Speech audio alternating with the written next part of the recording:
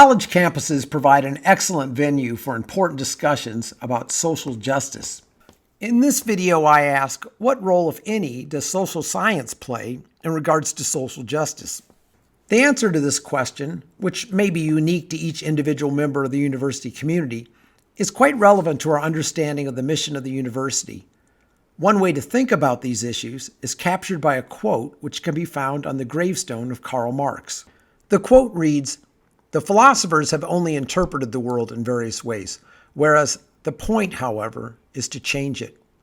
Marx's quote calls to mind two very different worldviews. One worldview, which we might call the social justice worldview, sees the purpose of the university being to change the world, to transform lives, and to make the world a better place. But Marx's quote also acknowledges a second worldview. This worldview, which we might call the social science worldview, sees the purpose of the university being not to change the world, but rather to interpret and understand the world through research and science. The telos, or purpose, of social science is truth-seeking. Social justice has a different telos, namely justice-seeking, or as the popular slogan goes, what do we want? Justice. When do we want it? Now. For advocates of social science, the proper role of the university is first and foremost to understand and interpret the world. When confronted with an urgent problem, advocates of social science first turn to evidence and reason. They want to understand the world before they even consider bringing about change or taking action. According to the social science worldview, society benefits when recommendations for action or change are supported by evidence and reasoning. For advocates of social justice, the proper role of the university is first and foremost to change the world, to transform lives, and to improve society. When confronted with an urgent problem, advocates of the social justice worldview first remind themselves of their core values. What do these stand for? They then proceed to take direct action to change the world for the better. According to the social justice worldview, society benefits whenever we strive to change the world to make it more fair and more just. Most members of the university community want to provide equal opportunity so that everyone can enjoy the fruits of what the university has to offer. Most members of the university community are also keenly aware that the world has inequality and injustice. How should we think about these inequities and social injustices? This leads us back to the question concerning the role of social science and social justice in the university. Recalling the quote from Karl Marx's gravestone, it is important to recognize that individuals may differ in terms of whether they think the central purpose of the university is to make the world a better place, or whether the central purpose of the university is to achieve a better understanding of the world. Few would argue, however, that the goals of social science and social justice are necessarily incompatible. Social justice and social science need not be pitted against one another in a zero-sum game. If social science and social justice can coexist in the university, what then is the fuss all about? The fuss seems to be about two distinct epistemic values: truth-seeking in the case of social science, and justice-seeking in the case of social justice. Many of the conflicts in academia seem to center on the issue of which of these two epistemic values, truth-seeking or justice-seeking, should be seen as most important. Many universities acknowledge, for example, that pre-existing inequalities and disparities can disadvantage some individuals who, through no fault of their own, find themselves unable to access the same opportunities that others are able to enjoy. Simply providing everybody with equal assistance and evenly distributed tools for success does not always compensate for historical and contextual disadvantages. Some universities have attempted to provide equal amounts of assistance to everyone, only to find that evenly distributed tools and equal assistance can still fall short of creating a fairer and more just world. Some sectors of civil society, including many universities, have attempted to achieve fairness through programs of equity.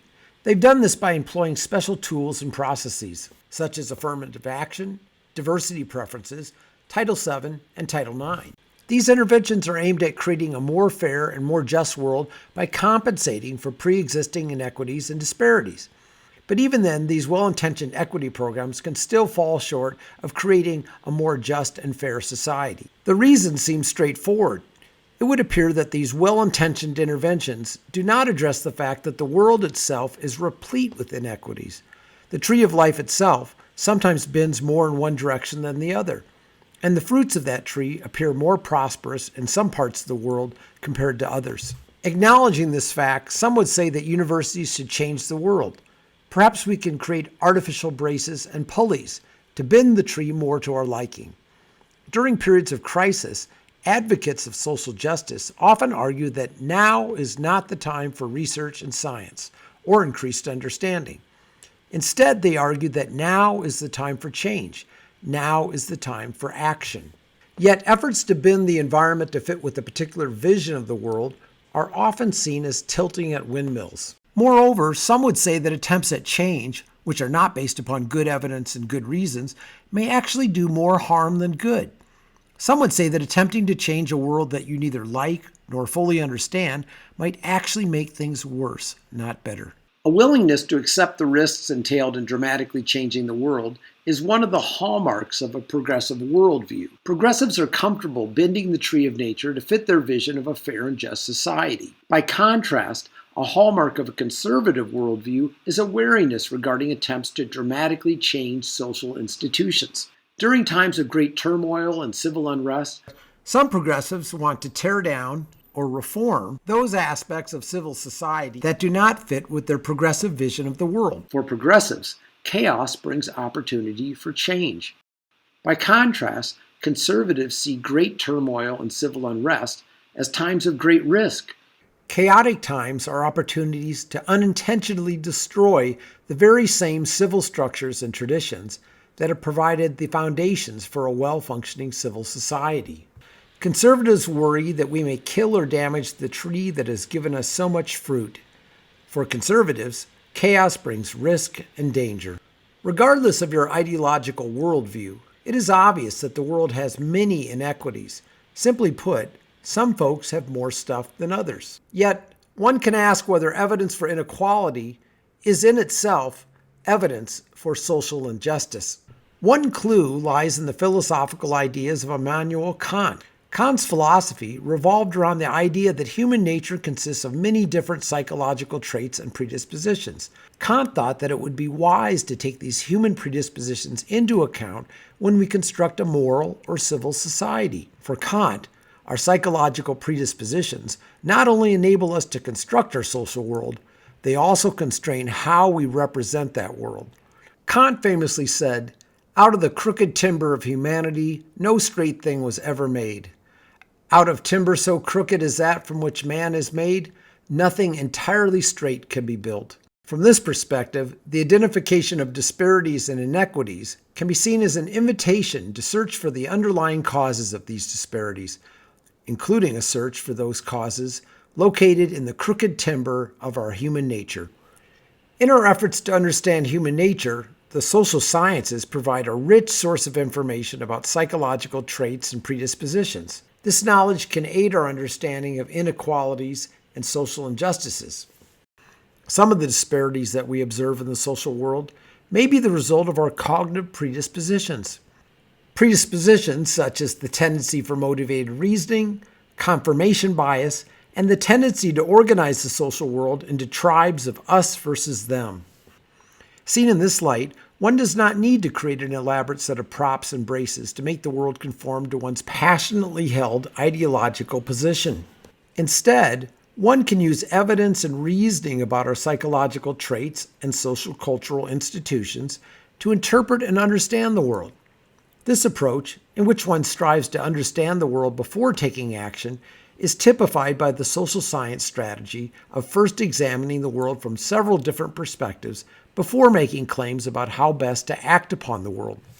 According to the social sciences worldview, society benefits when recommendations for action or change are supported by evidence and reasoning. In essence, social science encourages us to appreciate the different sides of an argument, the different sides of the tree, before we act. And occasionally, if we have been convinced by strong evidence and valid reasoning, social science may encourage us to move to a different position, to move towards a different point of view. Yet acknowledging points of view that differ from our own is not an easy task. Depending on which side of the tree we find ourselves, it may be difficult to appreciate the perspective of another person on the other side of the tree. John Stuart Mill once wrote in his treatise on liberty, "He who knows only his own side of the case knows little of that. His reasons may be good, and no one may have been able to refute them.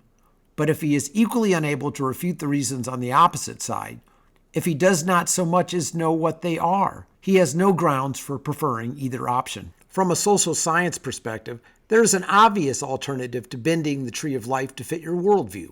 We can simply come around to the other side of the argument. We can come around to the other side of the tree.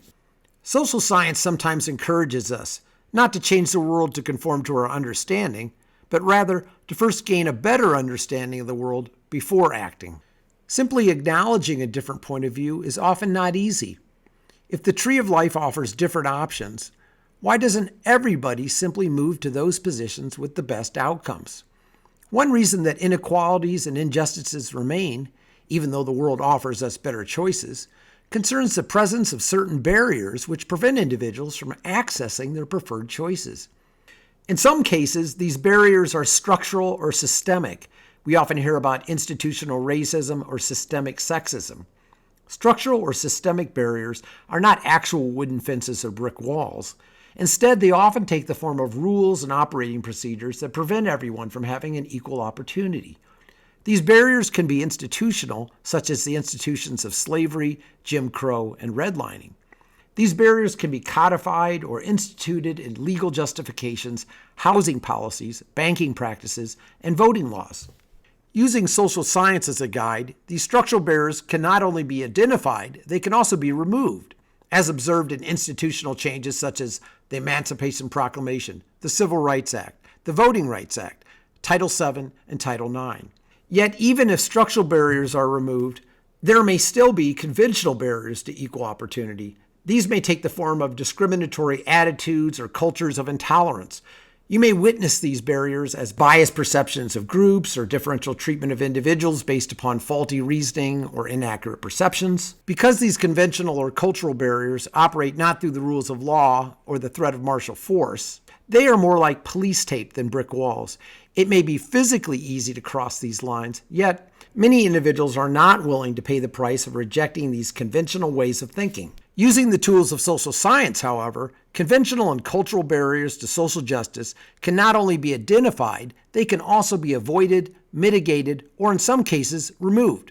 In her 1977 book, Doctors Wanted, No Women Need Apply, Sexual Barriers in the Medical Profession, Mary Roth Walsh argued that, quote, science could be thought of as a nearly all-male club with a sign at its entrance that states boldly, "Women not welcome," unquote.